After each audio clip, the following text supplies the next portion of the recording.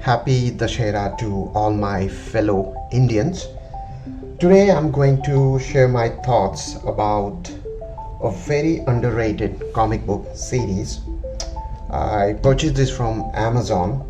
Unfortunately, I couldn't do the unpacking video because I have accidentally deleted that along with a lot of other unpacking videos. So that's really stupid of me. So I've deleted around 8 odd unpacking videos. So I am coming with this video because I have read the series. I ordered it earlier this month and I absolutely loved it, and that's the reason I thought I should share my thoughts about this. And it's been a while since I shared my thoughts about any particular graphic novel or comic book series. So like I said, I purchased this from Amazon and the price is 830 bucks. The quality of the books are really great. The cover page is thick, the pages are glossy and thick. I'll come to the artwork and everything later on. And it is also worth mentioning that the cover has UV foil lamination. So basically the text, this figure, so there are two kind of texture. It's the same in the back as well. This one is UV foil and it's same in all the issues. So this is UV foil, this is UV foil, or whatever it is called, UV lamination. So again, I don't know if you can see it or not in this light. Again, this is all covered in UV, this is covered in UV. So basically what Raj Comics is doing these days, this has been done 5 years ago. So yeah, in that case, this is pretty, I should say, revolutionary.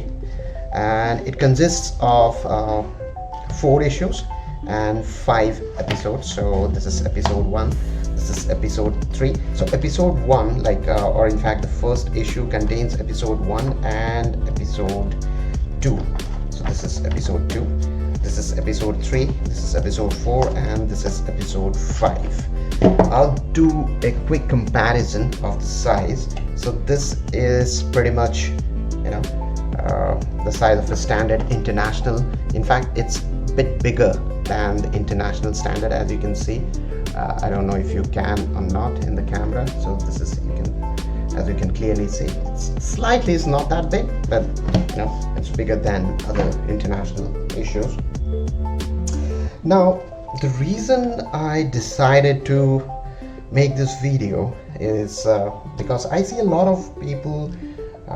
I have read few Indian comics and very few of them are really good, or that's worth mentioning. I see people praising bad and underrated not underrated, bad and mediocre comics a lot, as if those were some brilliant stories. I've read them and I've been so disappointed with them.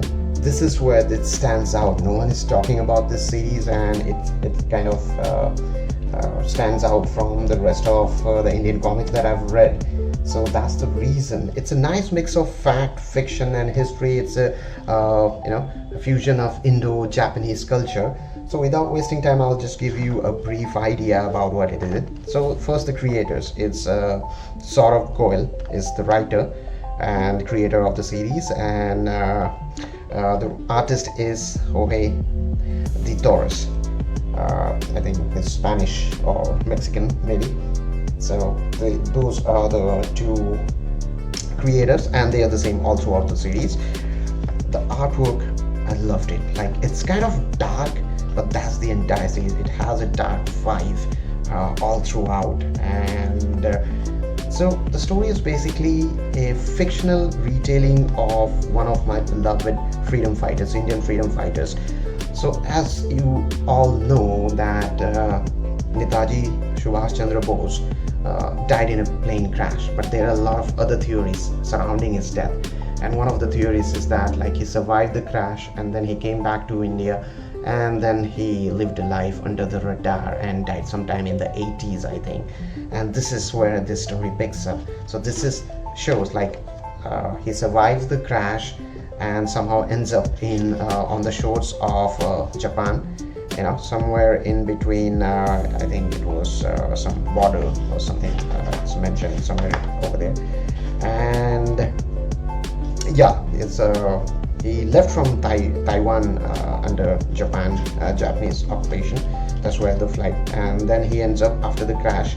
So they don't say it clearly, but it's like pretty indicative that he is the one who survived the crash, and then is found by an old samurai who is another historical figure from Japan. It's Musashi. Musashi is a pretty renowned historical figure. You can read about him in Japan. So he is, treated by Musashi, and after that he is trained by Musashi after he recovers from, like, he's completely burned and all that, and then he comes back to India, to Kolkata to be precise, and starts fighting crime. So this is episode 1's deal with.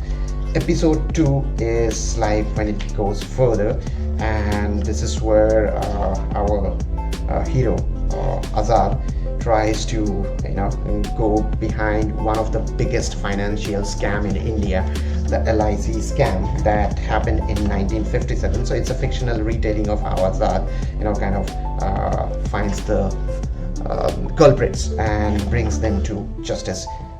This is what it is. I won't give you too much, but this is the basic outline, how it does and what it does in the way. This is something for you to read. The second episode is so episode 1 is called Phoenikashu, the origin. As you can understand, it deals how it starts. Phoenikashu means phoenix in Japanese. The second one, it's not second, it's the second issue, and third episode is called Thunder of Kurokumo. Kurokumo means black cloud in Japanese. Now in this one, it gives you more depth into the story, like how Azad, or Subhash Chandra Bose, is kind of taken under the wing of Musashi, who has another disciple under his wing. He is called Kuro, and then Azad joins the rank, starts training with them, and Musashi becomes fond of Azad, and that breeds jealousy in Kuro because he thinks like he is the deserving disciple of his master. So this basically deals with the flashback, and then the story jumps to the current time, which is, again, the entire series is based somewhere in the 60s. So Kuro makes his return as this evil villain and tries to take his revenge against Azad, and this is what it deals with. I won't give you what exactly unfolds in the process, but you can find it out once you read itself. Then the fourth chapter, or the fourth episode, here the story deals with the 1965 India-Pakistan war, and this is surrounding that. You have a great cameo, Dr. C.V. Raman, one of our national prides, and he helps Azad. It doesn't say how it does. So this revolves around the war. So how an Indian army officer stops an entire battalion of tanks. This is Hamid, Quartermaster Hamid. So he just with his M48 Patton tanks that were coming towards India, and it's basically Major Hamid, and you can see his jeep.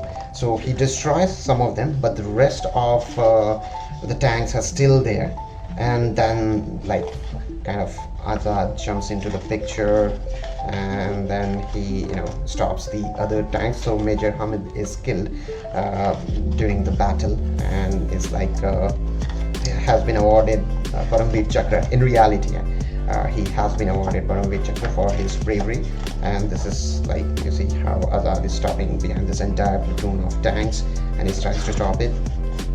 So this is more like a very Captain America-ish sort of thing.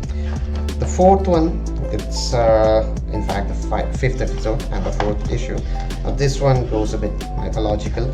So what happens is the soul of Shakuni, it's somehow transferred into the modern era, and an archaeologist is possessed by the soul of Shakuni, who again breeds his dice of cruelty and hatred. He makes people fight against each other. So it kind of gives you an idea about the communal riot So it's like a fictionalized telling of how the communal right and everything happened in India. So these are briefly the stories that are covered in this 4 issues and 5 episodes. Now I will tell you a few more things. So after Udayan, this is perhaps the only Indian comics where the storytelling is brilliant. There is minimum usage of words, and the artwork and the text, the writing, the dialogues, the narration, the choice of words are so spot on then that it kind of engages you to read. And then you have these details like the Japanese, like the dialogues are in Japanese and you have the subtitles, something that you see in the movies. So it gives you a very cinematic experience in terms of it. You see Japanese and then you have the subtitles. And similarly, there are words in Hindi, there are words in Bengali, and of course there is Japanese.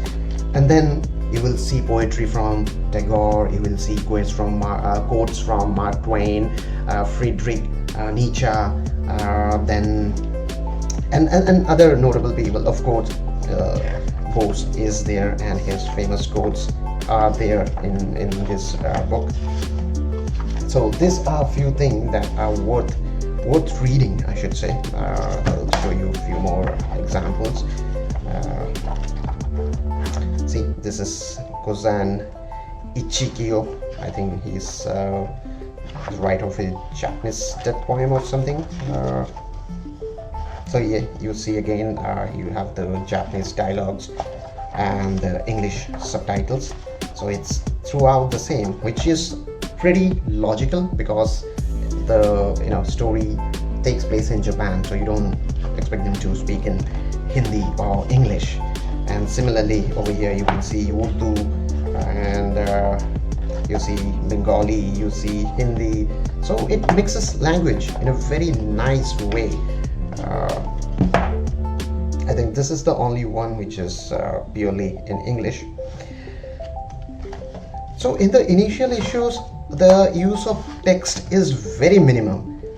So it kind of it's more of a visual storytelling rather than using too much text and narration. I recently read a Raj comics and I was kind of bored to death because there was so excessive narration. It was killing my reading experience, and the narration was so dull and boring that I was having a really hard time to finish it because it was killing my experience of enjoying the visual, because the artwork was brilliant but the narration was killing it, because you can't enjoy the artwork. Look at it, this is something you can enjoy because the narration is minimal, but it doesn't mean you don't get an idea about the story or it doesn't gauge your interest into the story. It is equally provoking and engaging.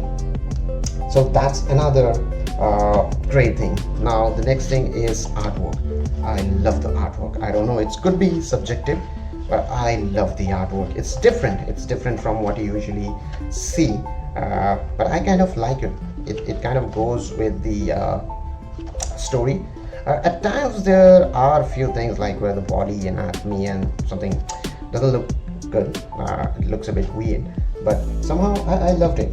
I really loved the art thing, and it revolves around other subjects like deals with politics, history, talks about scams. So this is where Indian comics should explore the majority. We have been dealing so much about superheroes, fantasies, and mythology. It's time someone should come up with something historical and make it fictional and engaging. People get to know about these things. Like there was a scam, LIC scam that happened in 1957. There was India, Pakistan. Well, again, everyone is aware of that, but you are not.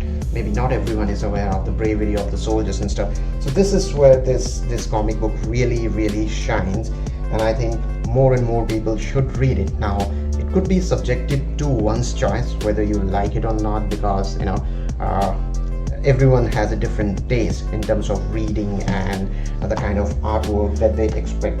But this is something I really loved, and I would encourage more and more people to read this. I don't know whether you like it or not, but I loved it. In the end, it says that there is an episode 6 but I don't know whether it's coming out or not, because these books were published in 2016. It's almost end of 2021, and I don't see a sixth episode anywhere from the writer. Neither there is any update. There isn't much activity on the Facebook page or anything where you can get any sort of update on the future of this series. But this is one series after Udayan that I'm really keeping my eyes on. If they ever release the next part or the next volume or the next issue or the next episode, I'll be definitely buying them and adding it to my collection, because this is simply brilliant work. And I kudos to Saurabh Goel for creating such an excellent story, and with some great artwork. So both writer and the artist deserve all the praise. So I think that's pretty much it. I hope I haven't given up too much spoiler. If you want to try this out, you can purchase it from Amazon. That's the only place it's available. You can order it. I'll mention the link in the description. So that's it for today. Thank you so much for watching this video. Take care. Bye bye.